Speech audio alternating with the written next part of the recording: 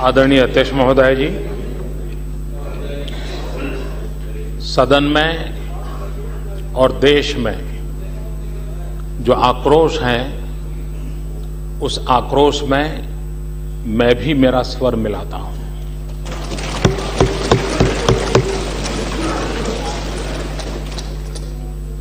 यह देश अलगाववाद के मुद्दे पर, आतंकवाद के मुद्दे पर दलबंदी के आधार पर न पहले भी सोचता था, न आज भी सोचता है, न आगे भी सोचेगा। सदन भी एक स्वर से इस प्रकार की किसी भी हरकत के प्रति अपना आक्रोश भी व्यक्त करें, जो आज किया है। और मैं इस सदन को विश्वास दिलाता हूं, मैं देश को विश्वास दिलाता हूं कि सरकार बनने के बाद जो कुछ भी गतिविधियां हो रही हैं, न वो भारत सरकार से मशवरा कर करके हो रही हैं, न भारत सरकार को जानकारी दे करके हो रही हैं, और इसलिए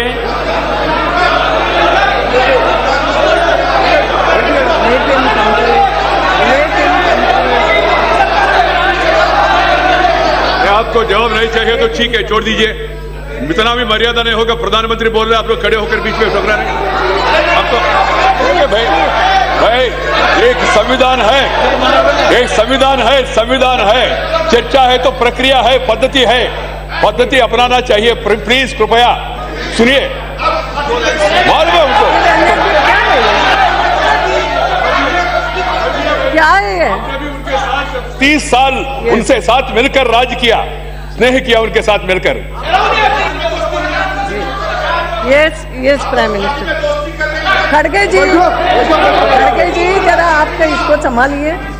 ये भी नहीं होता है। और आप दोनों, आप तो बैठे बैठे नहीं बोलते, ऐसे क्या है? थोड़ा तो समझिए। मेरा इस सदन के माननीय सदस्यों से आग्रह है कि आप समय आने पर अवश्य राजनीतिक टिप्पणियां करें। भारतीय जनता पार्टी वहां पर सरकार में हिस्सेदार हैं, इसके लिए आप उसकी भरपूर आलोचना भी करें, और वो आपका हक भी है और होनी भी चाहिए।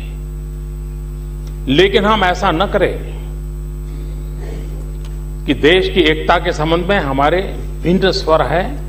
ये मैसेज न दुनिया में जाना चाहिए, न कश्मीर में जाना चाहिए, न देश में जाना चाहिए। और इसलिए मैं इस सदन को और पूरे देश को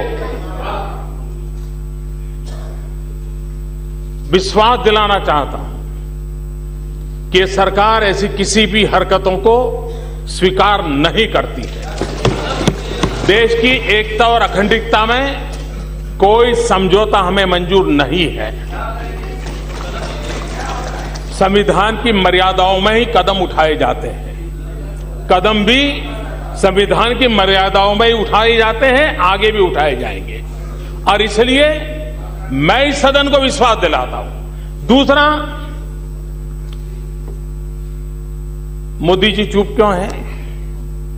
मैंने उस सदन में भी इस विषय में विस्तार से अपनी बात कही थी, और इसलिए ऐसा कोई कारण नहीं है कि हमें चुप रहना पड़े। हम इन विषयों में वो लोग हैं जिन्होंने इन्हीं आदर्शों के लिए श्यामा प्रसाद मुखर्जी को बलि दिया है।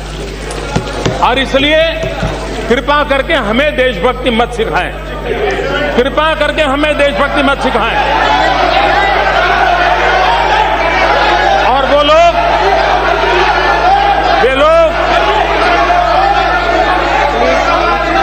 जिन लोगों के साथ,